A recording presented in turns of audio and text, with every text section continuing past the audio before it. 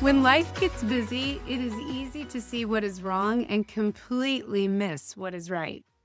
In this special pre-Thanksgiving episode of Lead with Spark, we are talking about gratitude, not just as a once-a-year tradition, but as a daily practice that shapes your mindset, your leadership, and your home. We will look at how gratitude fuels an abundance mindset, why it helps you to stay positive even in hard seasons, and I will share one of my favorite family traditions, our Thankful Board. Whether you're listening on a walk, in the kitchen, or on the road, this is your invitation to slow down, look up, and notice the good. Welcome to the Lead with Spark podcast, the show where real women lead with authenticity, show up with presence, and live out their purpose. I'm Lynsey Mulder, speaker, C-suite executive, family gal, travel junkie, and a firm believer that your leadership starts from within. Around here, we go beyond the fluff. We talk about the real stuff no one teaches you in leadership training. Your values, your superpower strengths, boundaries to stop burnout, and how to quit being the chaos coordinator of your own life. Whether you're building a business, leading a team, or just trying to stop feeling stuck in the daily grind, this is your space to get clear, get aligned, and finally lead with confidence. So let's cut the noise and reconnect with the spark that makes you, you. Let's go get our spark on. Have you ever noticed how easy it is to find what is wrong, but how much harder it can be to see what is right? Especially this week.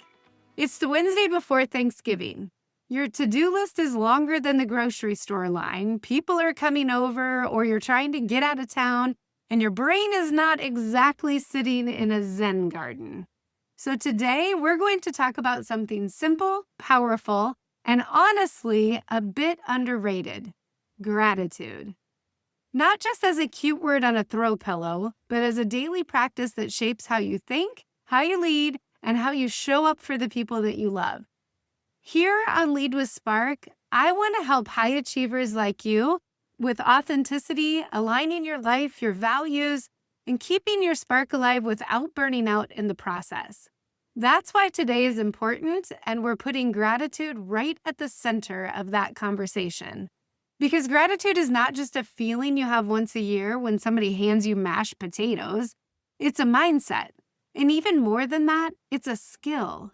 And like any skill, you can build it, stretch it, and pass it on. So let's dive in. You probably heard phrases like abundance mindset and scarcity mindset. Scarcity mindset says, oh, there's not enough. I'm behind. I'm missing something. I'm not doing enough or earning enough or being enough. Whereas abundance mindset says, there is enough. I am resourced. I have things to be grateful for. Even if everything is not perfect, I trust that more is possible. Gratitude is one of the fastest ways to move from scarcity to an abundance mindset. Now, it does not magically erase hard circumstances, and it doesn't pretend that challenges are not real. What it does is shift the lens you're looking through. Instead of only seeing what is missing, you start to see what's already there. Instead of seeing gaps, you notice gifts. Instead of only seeing pressure, you see possibilities. Gratitude is like putting a wide-angle lens on your life. You still see the hard stuff, but you also see the good that was there all along. And there are real benefits. Gratitude helps with your mindset. You have less rumination and more hope. It dives into your emotional health by lowering your stress and increasing your resiliency. Your relationships get stronger because when people feel seen and appreciated, they tend to rise. And of course, your leadership? Well, grateful leaders have teams who feel valued and are more engaged. And I would be remiss not to mention your physical health. You get better sleep, lower stress response, and more energy. This is not just feel-good fluff. Gratitude is a tool. It is a practice. It is a strategy. And in my house, we literally put it on the wall. I want to tell you about something that we call our Thankful Board. In our mudroom, which is right by the door, there's a huge board that our family walks past every single time that we come in or we go out. It's in the middle of the backpacks and all the shoes and the dog stuff and all the other things. It's not fancy. It's not perfectly curated for some Instagram post, but it's one of my favorite things in our entire house. Every year we wipe the slate clean and then we start to add to it. We pin up photos of people that we love. We add ticket stubs from games and concerts and trips. We stick up notes and little quotes that mean something to us in this particular season. There's all kinds of memorabilia from moments that made us laugh, made us cry, made us grow. It is a living collage of our gratitude throughout the entire year. When the boys were younger, it might have been a picture from a school activity or a soccer tournament, silly photos from our vacation, cut out pictures of our friends from their Christmas cards, notes from teachers. As our family has grown, the board changes. Now it's got pictures of our grandson. It's got boarding passes from some special trips we took. It's got cards from a friend who showed up at just the right time. We don't stand there every day and give a formal speech about it. It's more subtle than that. It's walking out the door on a stressful morning and catching sight of a picture of all of us laughing at something. It's coming home completely exhausted and seeing a quote that reminds you of what really matters. It's passing by a photo and thinking, I am so grateful for that friend. Without even saying it out loud, it's in my mind. The board quietly and consistently pulls our focus back to abundance. It reminds us that even in seasons that felt heavy or chaotic, there are bright spots. There were people, experiences, and little miracles threaded through it all. And here's what I love about it. It's not about perfect seasons. It's about real life. There were years where the Thankful board had photos from moments that were actually pretty difficult. We might have been walking through some tough circumstances, but there were still snapshots worth saving. That is the thing about gratitude. It doesn't require an ideal situation. It just asks for a willing heart and a little attention. Now let's talk about what this can look like in your life, because I know there are days where gratitude feels easy and there's days where it feels forced. Some days you wake up and you could list 10 things that you're grateful for without even trying. Your coffee tastes good, your schedule feels manageable, all your people are healthy, work is meaningful. Life is not perfect, but it's pretty darn good, and you can feel that. Then there's other days where you're like, you know what? I'm grateful for breathing, and that's all I have today. And that's okay.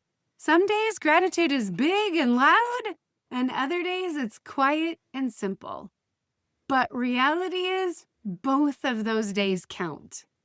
You might be thankful for breath in your lungs, the smile from the barista when she handed you your coffee, the fact that your kid actually put their dish in the dishwasher instead of the sink, or that text from a friend that's just checking in, or the client that says, oh my goodness, you really helped me.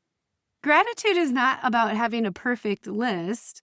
It's about noticing those little moments that are already present, even when your circumstances are stretching you. So if you're listening to this and you're in a hard season, I want you to hear this clearly. You do not have to feel inspired to be grateful. You just have to be willing to look up for a moment and ask, what is one thing right now that I can appreciate? Maybe it's something small. Maybe it's something simple. That is enough. Let's get practical, because you know I'm not going to leave you with just ideas. I want you to have tools that you can actually use. So here's a few ideas for how you could put gratitude in motion this season in your life. First, a gratitude walk. This one is simple. You can do it alone, with a partner, with your kids, or with your team. Go for a walk, and as you go, name things you're grateful for. You can say them out loud or just think them in your head. Start with what you see. I'm grateful for the sunshine. I'm grateful for this neighbor. I'm grateful for the ability to move my body. I'm grateful that even though my life might feel full and messy, I get to do things that matter. If you're with someone, take turns. One person shares one thing, then the next person goes, and it becomes kind of this rhythm of noticing that lists the whole conversation. You can also do a gratitude walk in your office hallway, on your way from one meeting to the next, from the parking lot to the office desk. Mentally list 3 things that you're grateful for. It shifts the energy that you bring into the room. The second is a gratitude log or a journal. I know you've heard this before, but I want to invite you to make it simple and sustainable, not perfect. You don't need a leather-bound journal with gold edges and the perfect pen. Take whatever you have, a notebook, a notes app on your phone, sticky notes on your desk, and write down 3 things that you're grateful for every single day. Just 3, not 30, not a novel, just 3. They can be big things like, hey, my job allows me to provide for my family, or small things like I had exactly enough creamer left for my coffee this morning. Over time, you start to train your brain to scan for what's working instead of only what's broken. It's that glass half full versus the glass half empty. And if you're a leader, you can turn this into a team rhythm. Start your weekly team meeting out by simply asking, what is one thing you're grateful for this week? It can be personal or it can be professional. You will be amazed at how quickly it changes the tone of the room. And lastly, copy me. Create your own thankful board or a jar or a wall. If you love visual reminders, this might be your thing. You can do what we do and create a thankful board in your home. Put it someplace that you walk by every day. Add those photos, those ticket stubs, quotes, little pieces of your life that remind you of all the things that you want to remember, all the things that you're thankful for. You can create a smaller version in your office with just a corkboard of wins and thank you notes and reminders of people that you have impacted. Or you could do a gratitude jar. Put a jar on the edge of your desk. Keep little slips of paper nearby, and when something good happens, write it down and drop it in. At the end of the year or the end of the quarter, get them back out, read through them, see all the things that have been amazing in your life. And for your team, imagine having a thankful wall in your breakout room. People can pin up shout outs, notes of appreciation, and wins. It only takes a few minutes, but it builds a culture where gratitude is visible, not just assumed. Here's the bigger picture. Gratitude is a gift that you give yourself, your team, and your family. When you model gratitude as a leader at work, you're not just being nice, you are teaching your team how to see. You're helping them recognize what is going well, which fuels engagement and resilience when things get really hard. And when you model gratitude at home, you're teaching your kids and your family a way of being in the world that says, I might not control everything, but I can choose how I look at it. I can choose to see the good. You are building emotional muscles in them that will serve them far beyond any specific season. And when you practice gratitude personally, you are creating space in your own heart and mind. You're telling yourself, yes, this might be a lot today. Yes, I have real challenges. And also, yes, there's beauty here. People who love me. There are opportunities. There is progress, even if it's slow. Gratitude does not deny the hard. It just refuses to hand in the microphone all day. So as we head into Thanksgiving, I want to invite you to do 3 things. First, choose one gratitude practice for this season.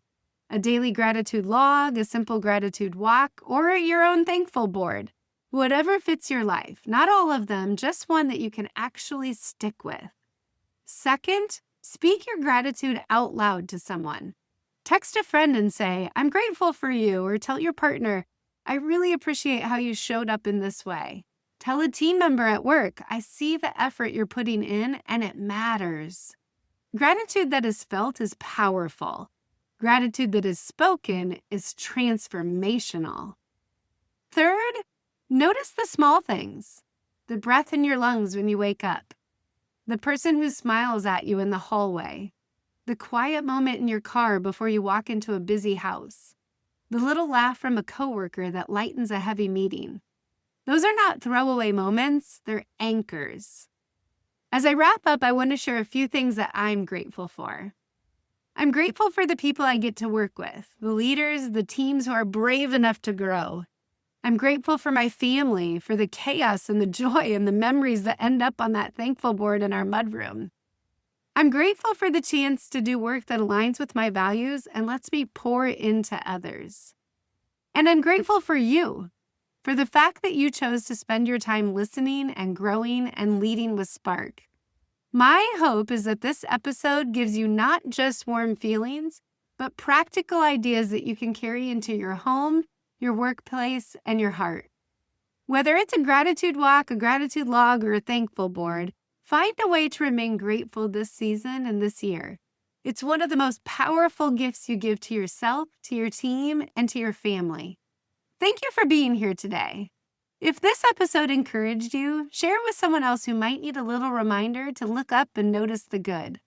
And if you want more tools to help you lead with authenticity and keep your spark alive, make sure you're subscribed so that you don't miss what is coming next.